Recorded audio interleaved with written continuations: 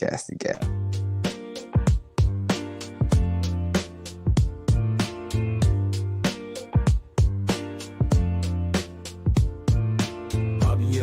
In the house, straight out of Hialeah, no doubt. East 10th Street, where we play out. Here we bring the Miami crowd. Alex, the boy with the B. Step into rhythm, feel the heat. Street vibes mixing with the Latin tree. In our flow, the two worlds meet. East 10th Street boys, bring the party. Bring the noise from Hialeah with some joy. Drink water like that. Well, I'm telling you, bro. I'm focused, bro. I'm focused. Inside out. You know who I am by now. Identify as. You know, hey. When Alex takes a shower, the dude goes for 3 hours. I mean, it's like, you know he's going to be gone for a while. You have time. Do whatever you're going to do. Go grocery shopping. Go eat dinner. Latin spice and neon lights. Whoa, good evening, Miami, and welcome to a late edition, Sunday night edition of East 10 Street Boys, straight out of Hialeah. I'm Bobby El Gringo. That's Alex the boy, because we were never sure when we were kids. So he's like, I am a boy. We're like, oh, we got it. And then makes sense. It makes sense. Now you all know the story of Alex the boy, the origin story. The origin. The original. Alex, how do you identify it? The origin. Yeah, that's how it all started. If anybody wants to know how this started, it was Alex. Yeah, just Alex the boy. We should do that. Just your name and then followed by the boy, the girl, the it. But anyway, welcome everybody to late edition East 10 Street Boys. Appreciate everybody jumping in. Whether you're watching before or after the show's live, we appreciate you. A lot to talk about. Going to catch up on the Miami Heat. Of course, the Heat the reports are Miami Heat have made Klay Thompson the priority. That's their goal, whether it's through a buyout or a trade or whatever.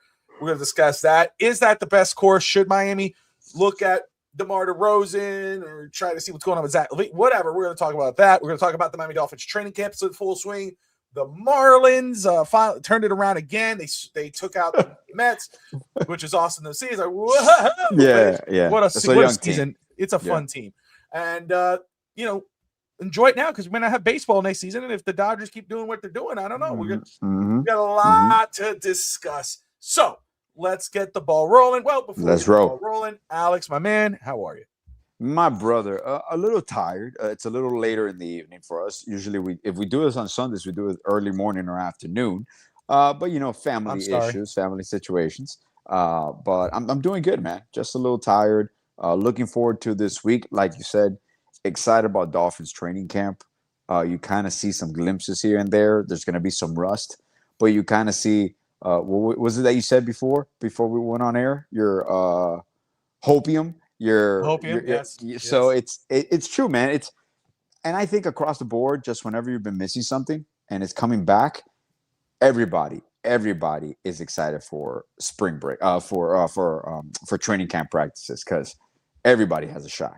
Everybody's 0-0. So just excited, man, for the transition part of sports now. Football's back. Baseball's getting into the late season, August, September. You get into the pennant race. So it's a cool time for sports because it's starting again. So this August, football or college football is a bunch of things that are just kickstarting now. And then you're back in the whole scope of things. Yeah, just excited, man. Dolphins preseason's around the corner. What is it? Friday in like 3 weeks, so yeah. It's just they go against the Commanders. So it's like it's around the hurricane season's about to start soon. And so it's like, first off, it's just South Florida sports. It seems like it's going to be a fun ride this season all the way around. And I understand Dolphin fans, especially those who've gone through it. We all gone through it. We know the feeling. I can't argue with people who are like, oh, it's, don't buy in. You're going to suck. But it's like, that's not the point I'm trying to make when I talk about why you should be excited about these Miami Dolphins. I'm not trying to tell you they're going to shock the world. But we'll get into more of that, as we get along. But we'll start off first talking about the Miami Heat. Again, Heat got their prize this offseason. They got Giannis Antetokounmpo. I mean, the Greek freak. This has been years and years, the journey of trying to get this guy. How many shows and message boards and forums and everything else talking about how to get Giannis. Alex every year saying, well, we didn't get that star because we're saving this cap to get Giannis in 25 and 26 and 22. And finally it happens. We landed. We traded for him. You know, you think the Heat fans around the world and Heat fans or whatever, but you'd be excited for the Miami Heat and be like, they did it. They got it. But, of course, then the LeBron thing happens. LeBron is available, and that's – even though you did get Giannis and you're excited, you go ahead and you try to get LeBron. You have to entertain that because your team is LeBron. You got your guy, and you actually, if you look on paper, the roster looks really good in spite of what you hear about these other guys talking about. Heat are going to be a bad defensive team. Those Mavericks guys, they don't know what the hell. Like, tell me you don't know what you're talking about without telling me you don't know what you're talking about. How do these people have a platform? That's my thing. Like, I understand you could have a platform and you could speak your mind, but at least be educated about something you're going to say about an actual team.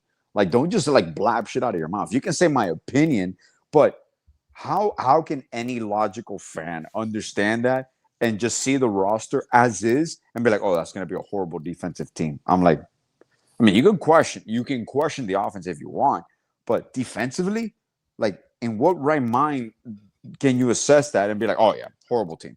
And I'm like, all right, this guy has no idea what he's talking about. They have no idea what they're talking about. So anyway, the Heat, they got their guy, but there are some Heat fans that are kind of restless. They're like, what are we doing? We're not done. We shouldn't be done yet. The Heat aren't done. The Heat are keeping tabs on players, whether it's Bradley Beal, Russell Westbrook, DeMar DeRozan. They're talking to guys. Pat Riley has said, and he has also admitted now, which we all kind of assume, and if you're not paying attention, that he's given up the full control of the Heat in a lot of areas of the team. That's been pretty obvious for a while now. So people available that you would say, man, just forget Klay, go after this guy. Or if it's you, are you waiting on Klay Thompson like the Heat are currently? If it's me, I'm definitely waiting on Klay because I believe it's not obviously at the level of waiting for LeBron, because LeBron changes your whole dynamic in all aspects. Yeah. But Klay slides right into that shooting guard role.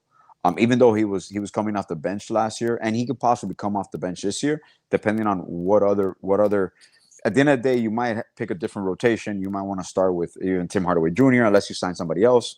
But I definitely would wait at least for the clarity of Klay Thompson's situation and the fact that the remaining free agents, I believe, if I'm not mistaken, the only one that signed yesterday, Gary Payton Jr. signed. Gary Payton III, signed to return with the Warriors. But aside from that, any other target that we could possibly be waiting for hasn't signed with any team. And the Bradley Beals, the Bruce Browns, the DeMar DeRozan.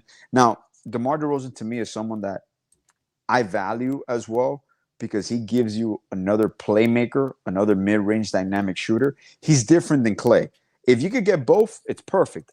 But obviously, you're going to wait for the Klay situation to be settled so you can make a proper decision. Now, what I will be concerned, as of now, it doesn't seem that any Heat target that they had intended this summer signed elsewhere other than signing with them. So in the sense is, yeah, they talked to Simons, they talked to a bunch of people, but they really haven't lost out on any of their targeted players. And that says a lot.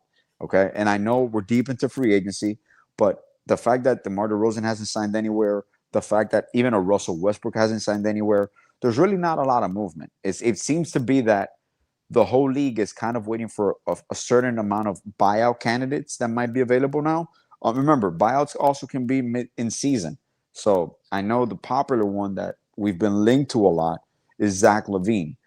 I don't see a way, honestly, of that happening unless he gives up a crazy amount of money that he's not going to make up, because that prototype of player is no longer getting those $49 million contracts, max level contracts.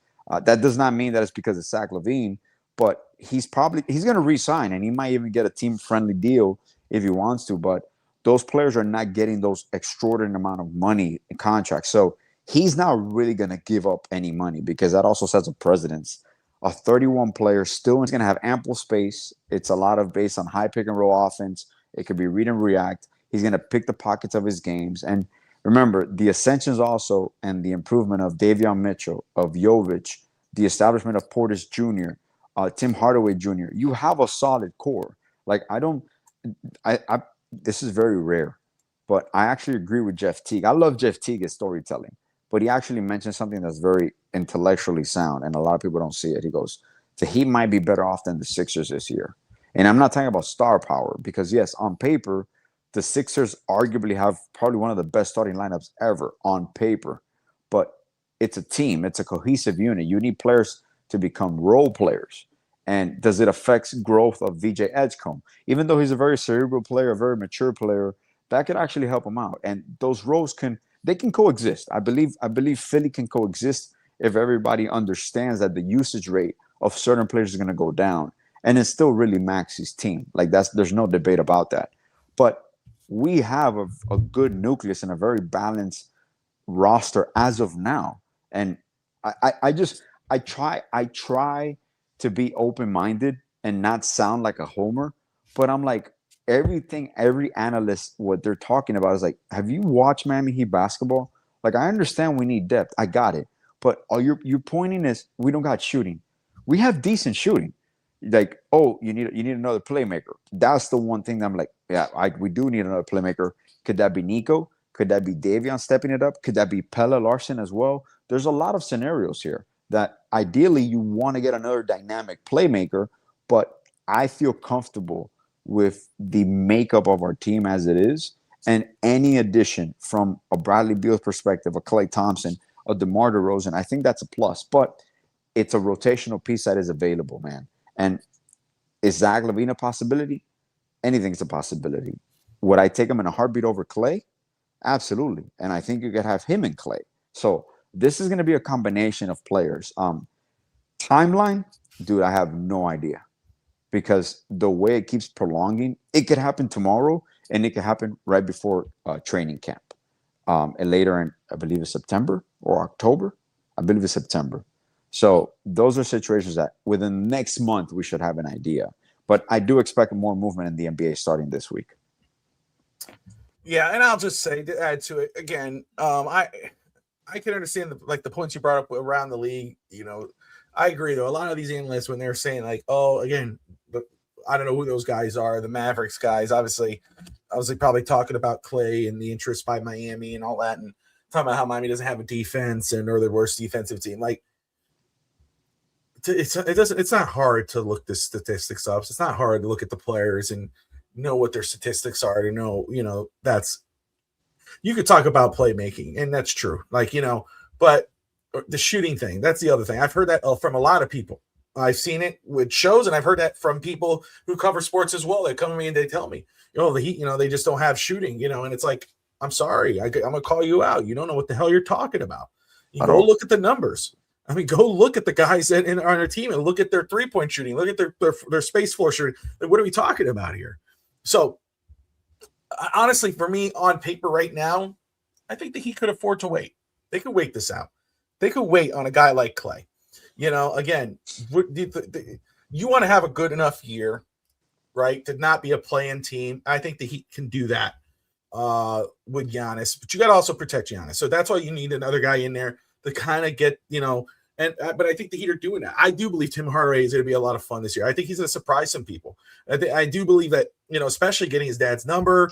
And I know we got to wait to see it. But again, hearing the way he has spoken, hearing how his dad is talking, I think he's going to play like this was my dad's team. I'm playing on my dad. This is a dream come true. So I'm expecting Tim Hardaway Jr. Tim Hardaway's a household name. Tim Hardaway Jr. will be, I think, a household name for Miami fans this coming season. I think we're going to be surprised. I think Pelle Larsson takes a step. We'll wait on Jovic. Jovic, again, what he's doing in the pros over in where he is, he's doing great. We'll see what he does this season because he has to do it in the NBA.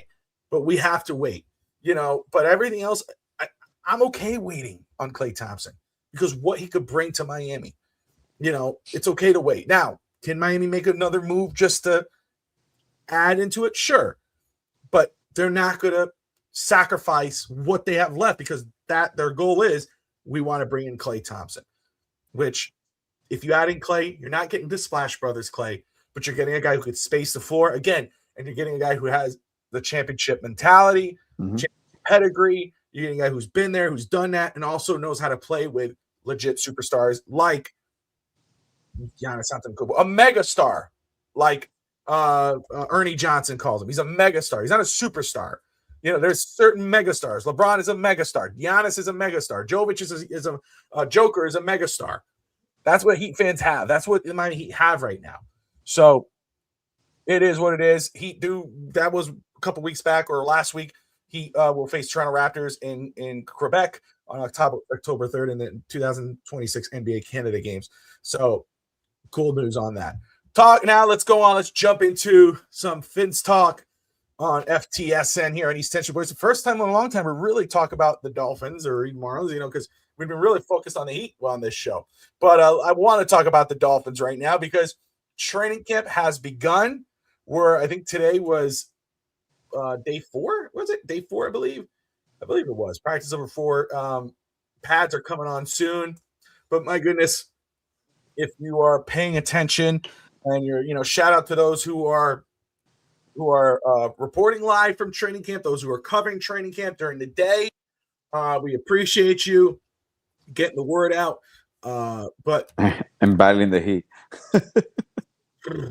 No joke there. But I mean, again, Dolphins though are not done being busy. They've worked out former Chiefs running back Clyde Edwards-Helaire. They've signed a former first-round pick edge rusher, Clelin Ferrell, which is great. They're adding to that edge rushing team, even though Ojobo has looked really good in training camp. Chop Robinson looks like a totally which shout out to Dahl of Dahl's Diaries, who was on Fitz Talk today 2 weeks ago, who brought up Chop Robinson during the offseason to shut down his social medias. He wasn't. That's good. Shut those down. And, so you're wondering, okay, what's that about? Is there something going on? Or is he getting his head in the game with this new staff and everything else? And just watching him in training camp or look, you see the video of him. There was a video came out today. He looks like $1 million. He's gained some weight. He looks like he's in shape. He looks like his right hand, and he's making plays. He's making plays in camp. I mean, again, it's training camp. I get it. But still, you don't want to have a bad training camp. You want guys to be inspired. Look, who's also having a great training camp right now? The rookies from Jacob Rodriguez. Rodriguez is having a very good camp. Caleb Douglas and Coleman are doing a really good job, and they're having a solid camp. Who's it? Michael Taffy. Taffy, yeah. He had an interception. That's great to see. You want your rookies doing good. And how about the offensive line, which we're hearing about that offensive line? Caden Proctor and Patrick Paul. Those guys, Jalen Wright has already said it. Jalen Wright, Ollie Gordon and Devon Achen have taken advantage. Jalen Wright says, I'm taking advantage of that left side. Those guys are opening lanes. Those are things you want to hear. Now, we hear this, and, it's great. And you're hearing a lot of great things. Like, but the quarterbacks, Quinn Ewers has struggled. He did have a good day a little bit, a couple good explosive plays with Kevin Coleman and AJ Henning. And so did Henning also got a good deep pass from Cam Miller, the third string quarterback as well. So that's great to hear. But again, you can have a bad training camp and be good during the regular season. It's what it is. But I love to hear about the rookies having a good training camp. And even the guys like Chop Robinson, guys and Zach Sealer, who struggled last year. But again, everybody struggled last year. That's why I can't call Jonah 7A a bust. I can't call Chop Robinson a bust. The whole team was a bust last year. When you hear about the stories from the anonymous player talking about how players were late to meetings and captains didn't stay after me, which again, I said it last year. There's things you don't need to be in the locker room or a rocket scientist to figure out there's issues within the locker room. When you hear the coach talk and you hear the quarterback talk and they're throwing people under the bus, and then you hear now, team leaders weren't at meetings, or they were leaving the meetings early, or they didn't hang around. The offense and defense didn't get along. It's like, and of course that starts with your head guy, starts with your coach. But it also is the leaders. And that's why Tyreek Hill's no longer here. That's why Tua Tagovailoa is no longer here. That's why those guys are gone. Forget the dead cap. Those guys are gone. Why? Because John Eric Sullivan, when he came into this team, had decided the old ways are not going to be the current anymore. Those days are dead. Those days are gone. Big E, shout out to Big E, prayers up to Big E, and as he continues to fight his cancer and everything else. But he was there at training camp, and he had posted that he's been there every year. Ian is one of the, again, fan of the year, fan for life. This guy, he was saying that he's been there. What major thing that was different from him? No music, no pre-hype, none of that. It was down to business. Down to business. Coach Hafley was doing push-ups with the defense at the after practice. That tells you what's going on in Miami. That tells you the vibe in Miami. That tells you the change in Miami. No more fun and games. Let's get to work. And it doesn't have to be a boot camp, but it's like you got to earn it. The old ways don't work anymore. John R. Sullivan set that path, and when he said my 4 pillars, when he said the guys you got to build the foundation on, Patrick Paul, Aaron Brewer, Devon H, and Jordan Brooks. Now he's extended 3 of those guys. He has shown, hey, these are the guys we're going to build around. He's extended those guys. And you go, okay, why those guys? Like, they're great. Like, Patrick Paul is one of the better young tackles in the NFL. Devon H, one of the top 10, top 5 running backs, depending on who you ask in the NFL. For some people, especially in the league, if you talk to some Dolphin fans who are like, oh, he's mid-tier, they're smoking something. But, Jordan Brooks, one of the best at his position. Aaron Brewer, one of the best at his position. But that's not why they got re-signed. Because Tyreek Hill's one of the best at his position. Tua, when he's playing right, could be one of the best at the position. But those 2 are gone. Why are the other 4 staying and those 2 are gone? Because those four know what it takes to be a Miami Dolphin in John Eric Sullivan's eyes. They come to work. They don't just show up on game day. They show up on practice. They show up in the film room. They show up as character guys. They lead by example on and off the field. And that's why I'm excited again for this football team. Again, I'm not saying, oh, we're going to win games this year. We're going to the playoffs. I'm not doing that. I will say I don't believe this team's tanking. This team is not going to tank. All those who think again, you can look at the team and go, yeah, we're not going to win a lot of games because of the roster, the talent. But I do believe that John R. Sullivan and Coach Hafley are going to be grilling this team. No, you need to win. Find ways to win. And if you are costing this team games, and even though we're getting a higher draft pick, but if you're costing these team games, like Malik Willis, let's just say, if Malik Willis craps the bed, he's throwing picks and costing whatever, he's not going to be the starter much longer. And trust me, but Bobby, they just signed him to a deal. They got to do. No, they don't. And that's what I'm excited for this team, Alex. I'm excited about the foundation of the organization and where this team is going because they got a plan. And again, when you see this and you watch and you're seeing what they're talking about and you're seeing them putting into play and you're listening to them talk and you hear like Savanea, who, so far has done really well in camp and he is speaking like, again, Coach Hafley is saying it, confidence, Savanea's confidence is at an all-time high. He's back to his normal position. Savanea is talking like, that's what happens when you get guys that look at Chop Robinson. They had no real experience with him, but what did Chop do? As soon as he saw the new regime and he heard from them, he realized, oh, this is not the same. If I want a job, if I want to be taken seriously, if I don't want to be thought of as a bust, I got to come to work. And they've come to work. And that's why Dolphin fans should be excited. Not because this season's going to be maybe, you never know. But I don't expect it. There's no expectations like that. But I think this is the time where we're going to say, holy crap, man, we got a real good organization kind of foundation for this football team that you could build on. Like this year, you could go like, hey, Alex, they're going to build on this and they're going to be way better next year. Or they like just add more pieces. That's why I'm excited for this team. And when I'm looking at camp, I understand it's training camp. It's not real yet. None of it's real yet. But it's enough that it should get you excited about what this team is building in Miami. Where that's why I'm excited for this season. I'm like more excited than I have been for Dolphins football because of it's a fresh start. Do we have our franchise quarterback? I don't know. I'm not going to say that. I know who it is right now. I know who the main guy who's going to be our starter, but I don't know. But I know what they're building. So what if they started where the foundation looks really good and maybe they need that guy and they got to go draft him? Now you got it in place. Or Malik could shock the world, But when you're hearing Caleb Douglas and Keon Coleman and Achin and Ali and Savanea and Chop, and these guys are having these solid camps after struggling last year. That's exciting to see. Oh, But man. Alex, I see you yawning over there. Oh, no.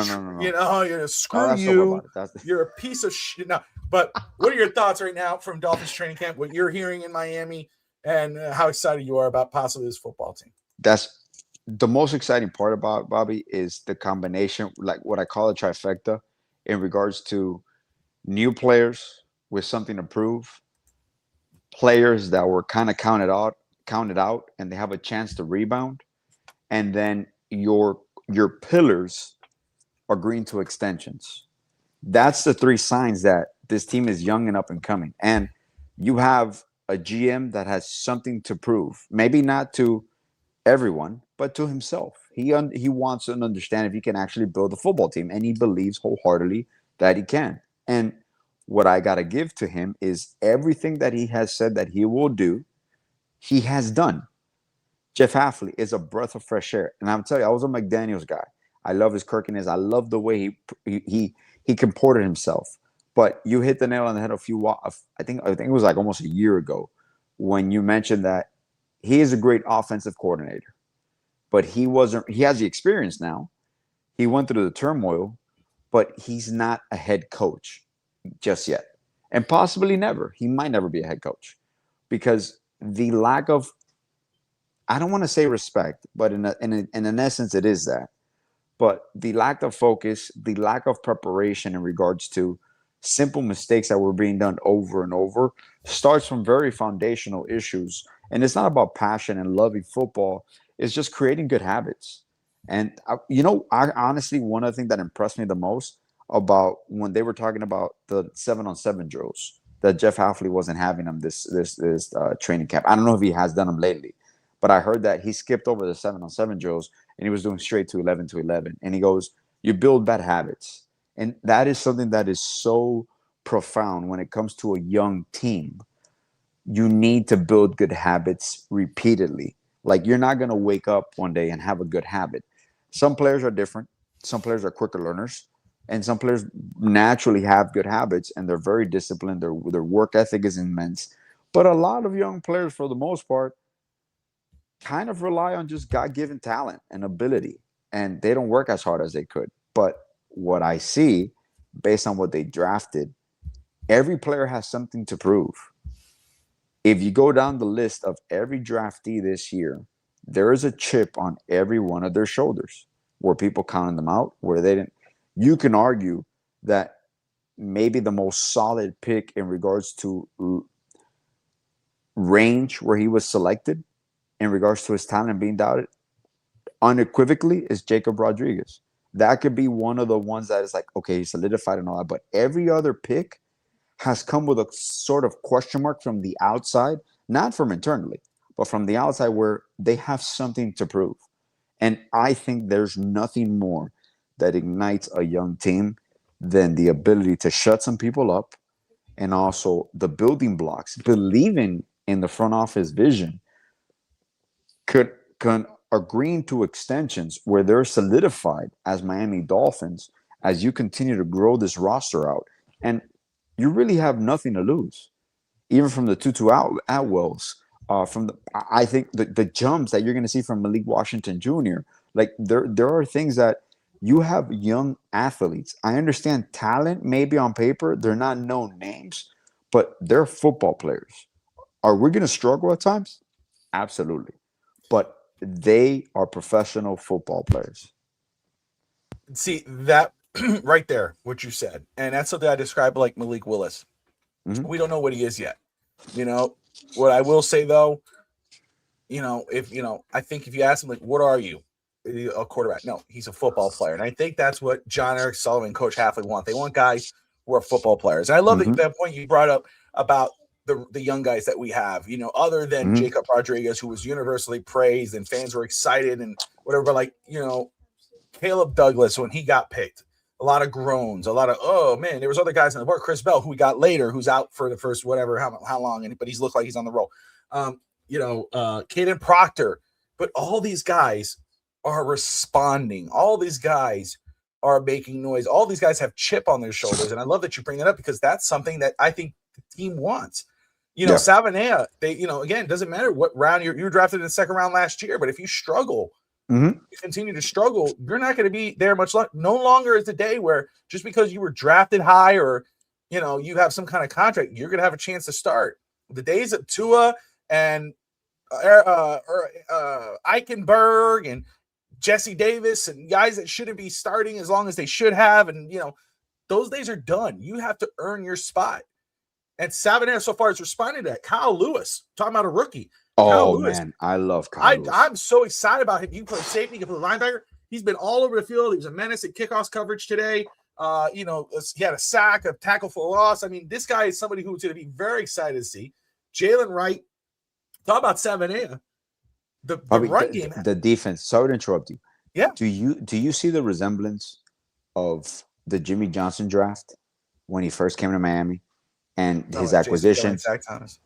And also like the Brock Marion aspect, safety wise. Kyle Lewis has some Brock Marion in him in that regard. There's so many similarities. Time frame. I know the head coach is completely different, but just I don't know how to describe it. I don't know if it's just the athletic version of them or the hunger that they have, because you can tell they have that it factor. Like they're warriors. Like they don't give up easily. They're workaholics. They work on their craft. And it's like one of those things. It's like you feel it's a good problem to have. And out of, oh, they're young, we don't know. That's fine. I'm okay with that because this is an improvement year, like proven year. That's it. Work your ass off, improve. I'll just say what I see that's familiar, and I love that you bring it because I think Sammy Finn's Talk Today, Finn's TV, my co-host there, he'd probably be right on there with you, with Jimmy Johnson. It's the attitude. It's the physicality. Yes. It's the discipline of the team. I mean, the vibe that's in Miami right now with the Dolphins. It's coming out of Dolphins camp, Dolphins organization. I mean, it's no nonsense. It's a different vibe, and that's why I'm excited. Like it's and I'm not. I don't want to crap on him or whatever. It is what it is. It's obviously he'll learn better in LA. I think under Harbaugh, and maybe he'll have a better second chance. But like, no more of this. Oh, buddy, cool guy. Oh, whatever. No, you need to come to work. This is a football team. This is a. You have to play a certain way. Not only play a certain way on Sundays or Thursdays or Mondays, whenever you do play, but you got to practice a certain way. You got to come to prepare a certain way. You got to prepare a certain way. That's what's cool. That's what's great with it. Again, and a lot of these guys are guys that, like you bring up, that some people don't believe in. They don't believe in the safety room. They don't believe in Savanea. They don't believe in Chop anymore. They don't believe in these guys. I don't know how many people say Ollie Gordon needs to step up this year. Ollie Gordon was a rookie last year. Yeah. Like, what are we rushing that thing for? That blows my mind when they say that. It's, Ollie Gordon needs to do. It's like, Ollie Gordon is his second year. We're going into a second. We're already putting a time stamp on, can we say, if he struggles, then he's not going to be around much because of the organization. But what are we doing? But Ollie Gordon is having a decent camp so far. Again, we were talking about Savanea. Savanea today, Devon Achen and Zane Anderson and Jalen Wright had big games behind him, had big plays on that side of the field, which is crazy because we've been hearing about the left side, not the right side. But now you're hearing Savanea had a great day in practice. Like, this is what you want to see. And again, I'm not saying that this is going to, what does this mean for the team this year? Who knows? Could they be like Flores and have a surprising year with Fitzpatrick, and surprise a lot of people? We never know. You don't know. Yeah. But that's not what this season's about. That's not what this season. We're better prepared than we were with Flores' first year. Talent-wise, I just think it's just everybody's on the same page. Yeah. It's not like Greer and Flores who were kind of, pulling at the seams, McDaniel, Flores, or Greer at the eventually. Like, it's not that anymore. When John Eric Sullivan got hired because Troy Aikman and Danny Selman and those guys, they finally said, no longer Ross and Marino or whatever. No more of that. Oh, let's get this guy in. Let's just keep repairing. Let's keep Greer and let's keep going. Or let's fire Greer and get McDaniel and figure out McDaniel's. Like, no. Hey, bring in John Eric Sullivan. Bring this group of guys. Hey, John Eric Sullivan, you're the boss. What do you want to do? I'm going to interview these guys, but I already have a coach in mind. Well, why that coach? Because you guys both came from Green Bay? No, because I've seen him prepare. I've seen the way he coaches. I've watched him from the sideline because he could have gone any other coach in Green Bay. He decided to get Coach Hafley. The Titans saw it. The Titans wanted him. No, but they got Coach Hafley. The Dolphins got Hafley. Then they could have gone anywhere. Again, but why did they get Malik Willis? Because Malik Willis played in Green Bay? No, because they had a front row seat. They were able to see how he prepared. Like, think about this. They're putting the start of their jobs on the line, basically. They're not putting their jobs, but basically the first impression of their jobs on the line for Malik Willis. Mm-hmm. Not because he played in Green Bay and they want Green Bay South. Again, it's because what they saw. They saw how he prepared, Alex. Now, if Miami never approached Malik Willis or they even try to get him and they went and got some other random guy, then I would have told me enough about Malik Willis. I'm fine. Exactly. But because they said, you know what? No, we're going to go get him. We're going to bring him in. Mm-hmm. He's going to be our starting quarterback. He's going to be the foundation of our quarterback room. Where whatever guy we get next, he has to practice like Malik Willis. He has to prepare like Malik Willis. Then if he's a backup, he needs to practice like he's going to be a starter like Malik Willis. That's what's great about this team. That's what's exciting about this team. It seems like the coach and the GM, it's obvious, and even the organization are all on the same page about where they're going. That's what's different. That's what's different about this team. That's what's exciting about this team. And then why I'm excited for this team. It's, I don't want people, hopium. That's not what this is. It's not hopium on the season. It's hopium for the future of this organization. Exactly. That's how it feels for me. Okay. So, again, it's exciting to see Cap. What's up, Cap? Cap's in there. Tomorrow will be very interesting. 75% chance of rain. It will. I think pads. Is it tomorrow? Chris Johnson's also having a good practice so far, training camp, which is really good to hear. The rookie corner. Yes, cornerback. Yes. I'm excited for that. We got playmakers, man. There's a lot of guys I'm just excited for. I don't think there's one guy really. Like, again, Tutu Atwell had a cool play today. Very fast. The veteran receivers, we'll see. I'm not really, oh my gosh. But the rookie receivers, I'm really excited to watch. I like Caleb Douglas, the size, the speed, the athleticism, Keon Coleman, again, Chris Bell when he shows up. But those two guys, Will Kasmerick, the tight end, Dolchitz, like those, I'm really excited about seeing all those guys. Austin Jackson is like, that's another one I'm like, wait and see. I'm okay. But a lot of other guys, like, I cannot wait to watch these guys. Like, I'm not watching Dolphins. I can't wait for 3 weeks. Like, that's how excited I am. Like, last year, I was kind of like, preseason. Okay. I'll find it. I'll see. This year, like, I'm dying. Yeah, that's different. But this year, I'm excited to see the first game of preseason. Like, I want to watch these young guys. Like, I don't need to see the starters. Like, of course, I want to see a glimpse of Malik Willis, but I really don't need to see you.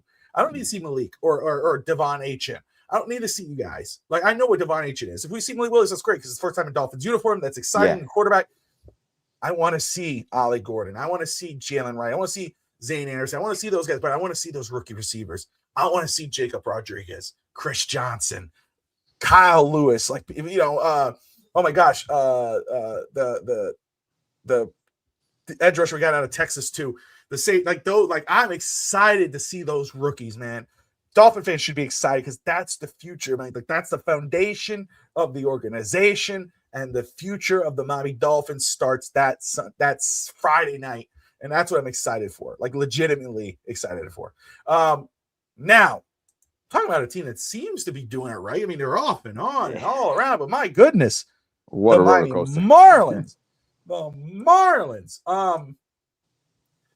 They started off. They had they were the hottest team in baseball in June. Yep. They fell off in July, and now they've turned it back around, and they took out the Mets. I think they shut them out yesterday, and they shut them out today. I don't remember yesterday's score, but I know today they shut them out today too. Yeah. So 2 games in a row.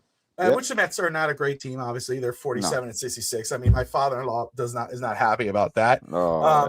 But again, they swept the Phillies. I think they swept the Phillies, which is great. They're a game behind the Phillies. Or I'm sorry, yeah. Well, they're 58. They have 58 wins. The Phillies have 59. They're 2 games back in regards to loss column to the Philadelphia Phillies. But still, just the Marlins. It's just so much fun. This team is just fun. Now, the trade deadline's coming. Yeah, and I'll just say, shout out though, if you're a baseball fan, you love baseball, and you like what we're discussing here. We're not the experts. We'll tell you where to go.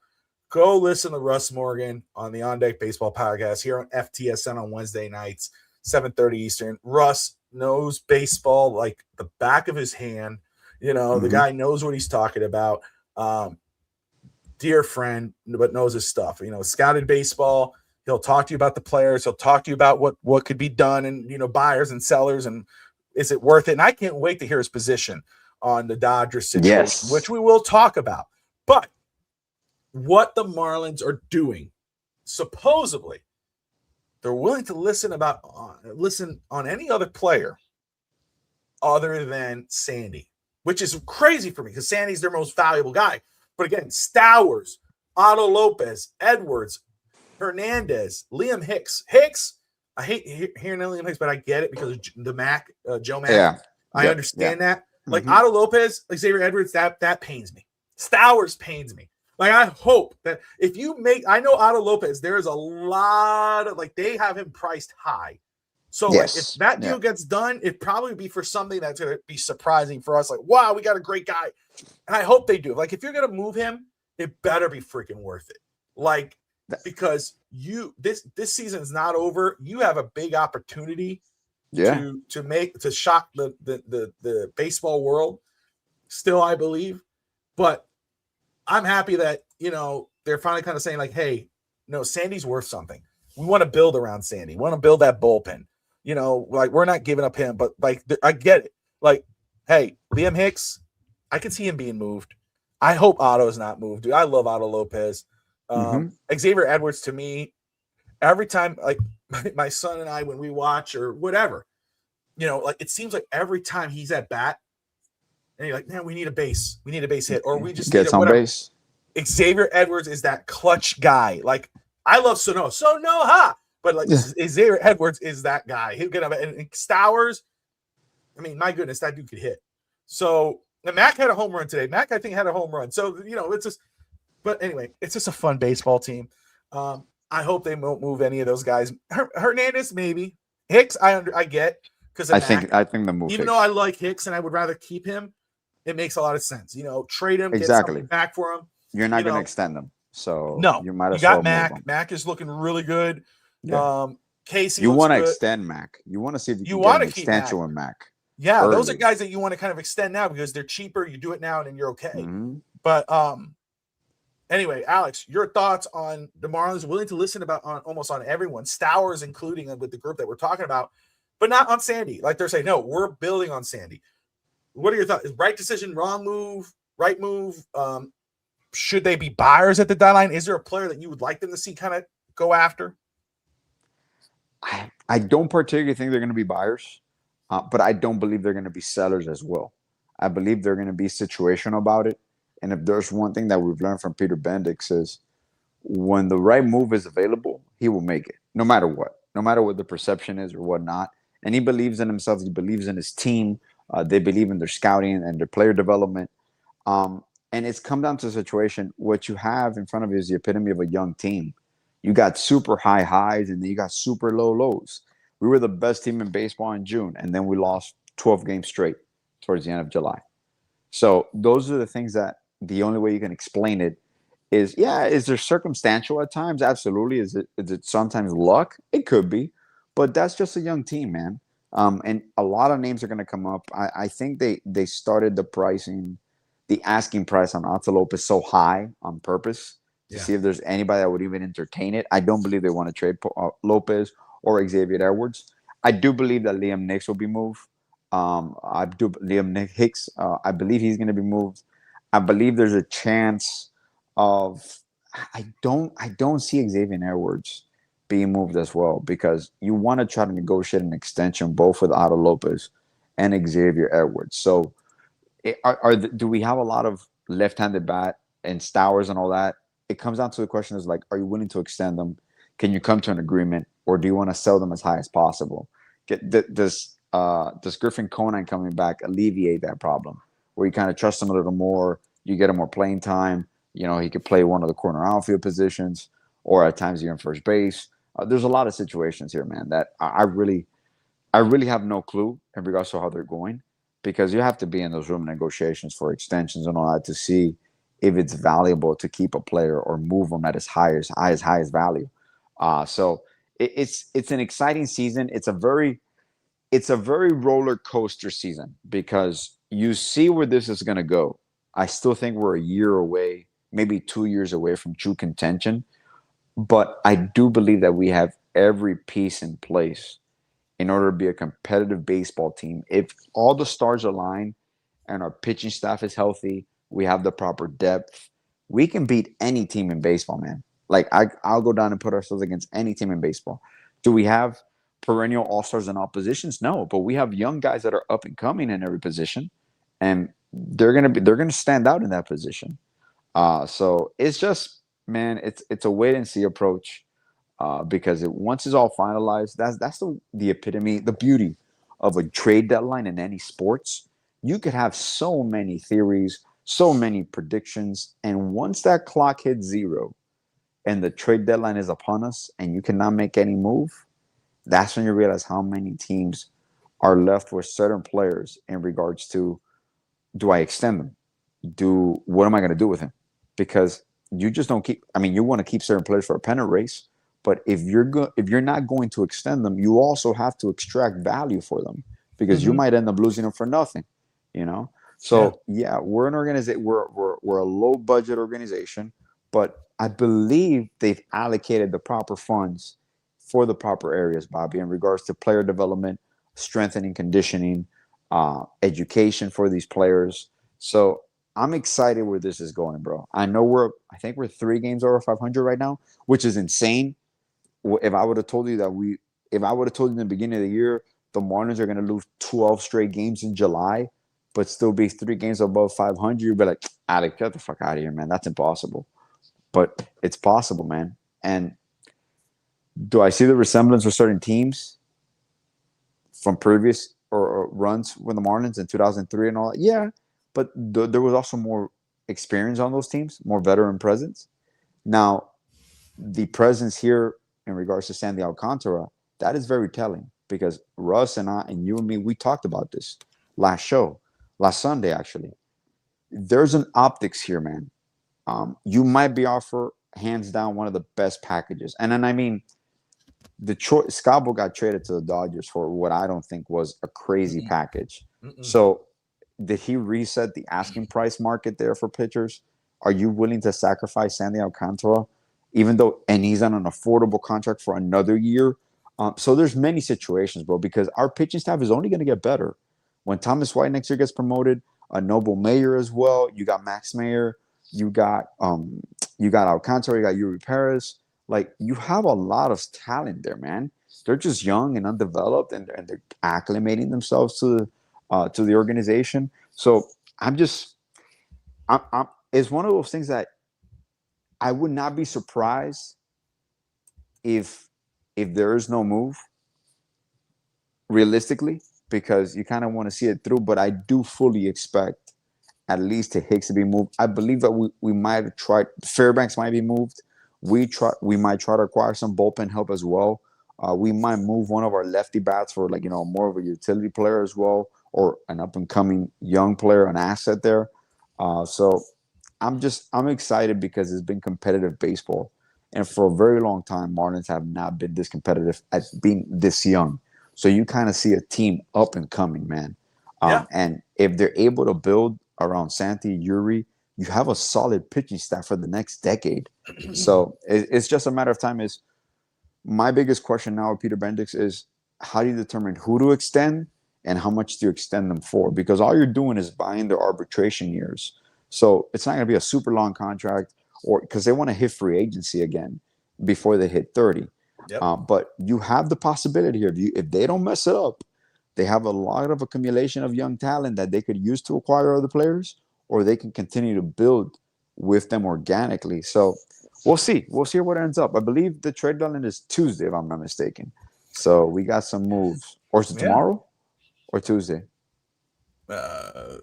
Tomorrow's the 3rd. Yeah. No, the 2nd. Sorry.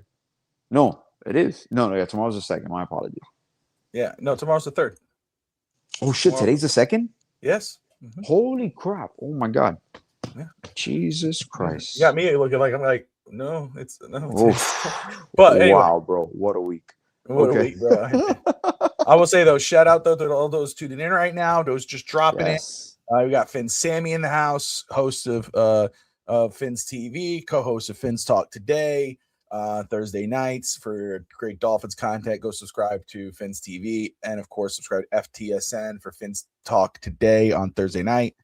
You got Miami Heat Zone in the house. He says our episode is what's up, my man? Yes, it is. I told Alex. Yes, that's on me, man. That's on me, buddy. That's on me. I got you. I will message you. I will message you.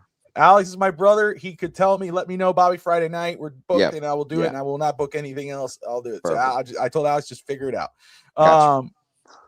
DSG in the house. She's checking in after hanging out with Adrian after SummerSlam. Yes, SummerSlam Day 2 was in the shout out to Adrian Rainey, Josh Kimmel, Tony, the crew that was there for 2 Raw for SmackDown. Fun summer. Then night 2 was definitely better than night 1. Shout out to Chelsea Green, who won the WWE Women's Championship, World Championship. That was excited. Roman Reigns and Seth Rollins had a great match. A lot of fun. Make sure you check those guys out at 2 Raw for SmackDown. And of course, No Holds Barred Wrestling podcast on Saturdays as we continue our WrestleMania Rewind series. We got WrestleMania 2000, I think, is coming up. That's what it's called. This was WrestleMania 16 or 14, 15. Yeah, because WrestleMania 16 is coming up, which is crazy. Alex, we just did WrestleMania 15, and wow, that was the first Rock versus Austin match. Mm-hmm. And I mean, it's so crazy to go back and turn back the clock and watch that. But it was funny because what we say, and Alex, Alex was a wrestler fan growing up. Obviously, I'm an adult now. It's like whatever, prick. But he knows what I'm talking about. First of all, I've never said it like that, you asshole. Yeah, that's what you say in your head. I see your eyes, bro. Say it, bro. Yeah, you're a piece of shit. No, but what I'll say is this is true. Like one of the things that you realize when you're doing this, this watch through. We don't watch the shows during the show. We watch it and then we come back and we talk about it. But it was like, when you watch WrestleMania 1 to WrestleMania 9, and you see the impact Hulk Hogan had on WWF. Mm-hmm. And then when he leaves, and there's so many people complaining like, oh, Hogan should have gave they should have put Warrior, they should have put Brett, and they should have put this guy in whatever. Hogan leaves from WrestleMania 10 to WrestleMania about 12 or 13. It's a drought. It's a drag. It's like, and even Josh, who was a Hogan hater, he's like, dude, they're missing Hogan. And I was like, well, this is the thing. They're missing a Hogan. And then you see Austin show up. That's when you realize, like, hey, and then look how hot they got. Wrestling got hot again for WWE. Yeah, the Attitude Era. It's just crazy how it's Attitude Era. My son is in love with the Attitude Era. Like, oh crap, I mean, it's Stacy Keibler tour. It's like, okay, calm down, dude. Ooh, Sable. Awesome. Like, okay, good job, good choice, man, good choice. So, but yes, man. Sammy right there, Finn's TV says yes, Chelsea Green. Shout out to Chelsea Green. Super excited for her. Well deserved. Just really, again, one of the best in the. Anyway, all of a sudden you say his name and he appears. Yeah, it's like, how did this happen? He's like, here, Broad Manny's what? Like back up there, Chief. Anyway, but anyway, back to baseball. Because we're talking about the Marlins, and the Marlins are a team that's well known for not spending a lot of money, which is a freaking drag. But they're not. The Dodgers, on the other hand, are not that team. The Dodgers shook everybody yesterday and traded for Tariq Skubal. And I mean, literally almost everybody not named a Dodgers fan were furious that this move went down. So much so. I mean, main guys. I mean, you had Ian Rappaport from NFL rolling his eyes. You had people going, this is stupid. They have to create a salary cap. They have to make a salary floor. And you think about what the NBA did to stop the big three and to stop those type of like, that's what Major League Baseball needs to do. Like, that is ridiculous that you could overspend that much. And then you have teams like the Marlins, who, even though they're fun now, they don't spend, like, they'd rather be at the bottom of the thing to save money. Like, there has to be a balance here. So there's talk that there will be a strike, that there won't be baseball next year. Alex, you see this deal go down. What are your quick thoughts on the deal? But what do you think is the ramifications of what could go down in baseball because of this deal? Bro, when I just saw the breaking news update, I think it was Jeff Passons, I don't even know, Parsons. I don't know if I'm even saying that right. And I see Scobo traded to the Dodgers. I'm like, how the fuck does this happen, man? Because at the end of the day, are the Dodgers breaking any rules? And no, they're not. They're not. They're not circumventing anything. They're deferring a shit ton of salary. I don't know if you saw that graphic. They have over 11 players, like where they deferred over almost $1 billion. And now the crazy part about this is their owner is part of a federal investigation, and also he's the Lakers owner as well. So how is this going to affect going down the line? Because it doesn't, like I said, they're not doing anything illegal. Now they have. I read a text, a tweet where it says something about they are taking advantage of an exemption that they had since the Dodgers were bankrupt. People forget about this. Magic Johnson and that ownership group were able to get a hold of the Dodgers because they were bankrupt as an organization. They would have to start setting off players. They had nothing. And now when you see the complete 180 turn into the franchise that they have turned, look, they have the spending capacity, but due to the fact that they have that that credit, basically, since they were a bankrupt team, they get taxed differently, I believe, on their TV deals and on their revenue. So the Dodgers have the most revenue of any Major League Baseball team right now. I don't believe you can field a competitive team that does not have equal foot to stand on. And that goes across the board. So when you got MLB now going into a possible work stoppage, which is only going to affect the progress that they have made as a professional sport and as an organization, where they're popular again, man. And it's going to give people the opportunity. Now, you know who wouldn't mind that at all? The Savannah Bananas. The Savannah Bananas would love for baseball to go on strike because what? Their business is going to get even better. But there's situations here that what is baffling to me. There's a lot of money in baseball. Okay, I know, I see it firsthand in regards to a lot of family that I do know, and there's a lot of money invested in baseball in all of Latin America, especially in a hub in DR, where that is a form of that. Now, it's not only a lifestyle, it's a national treasure, and kids are developed at such a young age for that first payday. The majority of them will fail, will never make it to the big leagues, but you have these situations now where you're facing yourself with the loss of a season, because if there's a work stoppage, this isn't going to resolve quickly, Bobby. This is something that's going to take a while. And if I might be wrong, but I think out of all the major sports, baseball is the one that has no sort of salary cap. They have a penalty if you go above the salary, but that's just a soft penalty. So if you got an owner with deep pockets, he's willing to pay it. That's not really a paired field there, man. And I'm a believer where you need to have a salary floor and a salary cap, because you cannot have small teams as well take advantage of market revenue sharing and just basically profit off these teams. I believe every team, and this could be league wide, every team needs to be investing at least a percentage of their overall gross as a company, as an organization. So let's say you have a growth of $800 million every year. You need to be spending at least 60 or 70% of that on players on the field and personnel. It shouldn't be about just making money. What you're building is equity in this league forever. So I don't know how they're going to resolve this. And once again, Dodgers aren't doing anything illegal, man. It's just a fact. And it takes two to tango. These teams are dealing with the Dodgers. So that's true. 100%. Yeah. You absolutely can't fault them for it, but I believe it's like they're playing their game the best way possible within the legal ability that they have to create amazing teams. And they're going for it, bro. They're acquiring top talent. Are they depleting their minor league system? Absolutely.